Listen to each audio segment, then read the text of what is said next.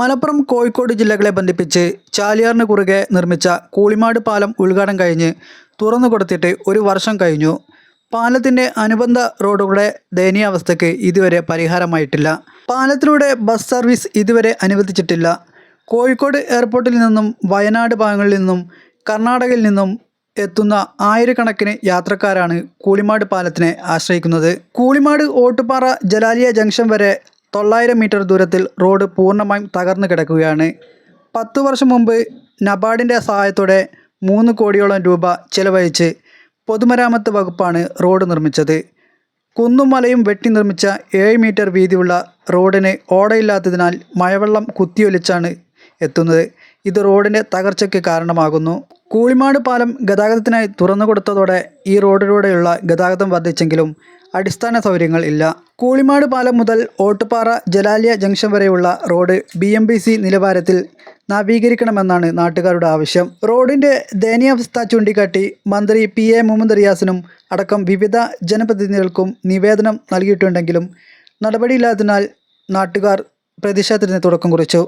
ഈ കൂളിമാട് പാലം വന്നതിന് ശേഷം ഒരു വർഷം പിന്നിട്ടൊരവസ്ഥയിൽ ഈ റോഡ് ഇപ്പോഴും ഒരു ഗതാഗത യോഗ്യമല്ലാത്തൊരവസ്ഥയിലാണ്. അപ്പോൾ നമുക്ക് നോക്കിയാൽ മനസ്സിലാകും. ഇപ്പോൾ ആ കുന്നിൻ്റെ മുകളിൽ നിന്ന് ഈ മഴവെള്ളം കുത്തിയൊലിച്ച് വന്ന് ഈ റോഡുകൾ പൊട്ടിപ്പൊളിഞ്ഞ് അത് ദുർഘടമായൊരവസ്ഥയിലാണ്.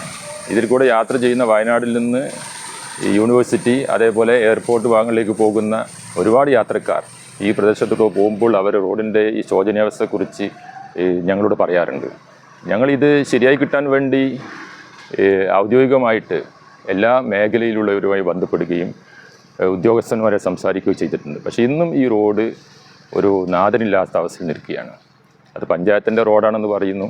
PWD റോഡ് നേരത്തെ ഏറ്റെടുത്തൊരു വർക്ക് ചെയ്തതാണ്.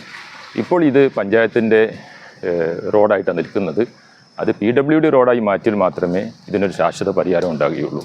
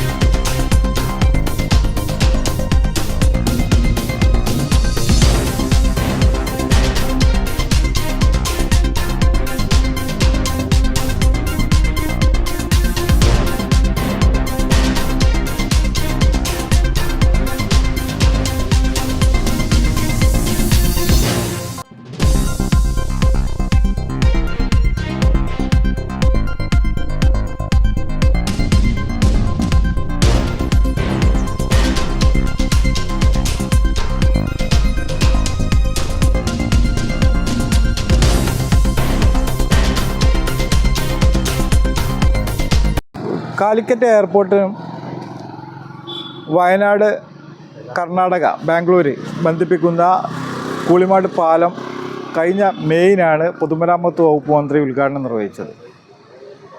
പാലം ഉദ്ഘാടനം നിർവഹിച്ചു എന്നല്ലാതെ ഇതിൻ്റെ ഇരു കരകളിലെയും അപ്രോച്ച് റോഡുകൾ ഒന്നും ആയിട്ടില്ല. തകർന്ന് പൊളിഞ്ഞു കിടക്കുക.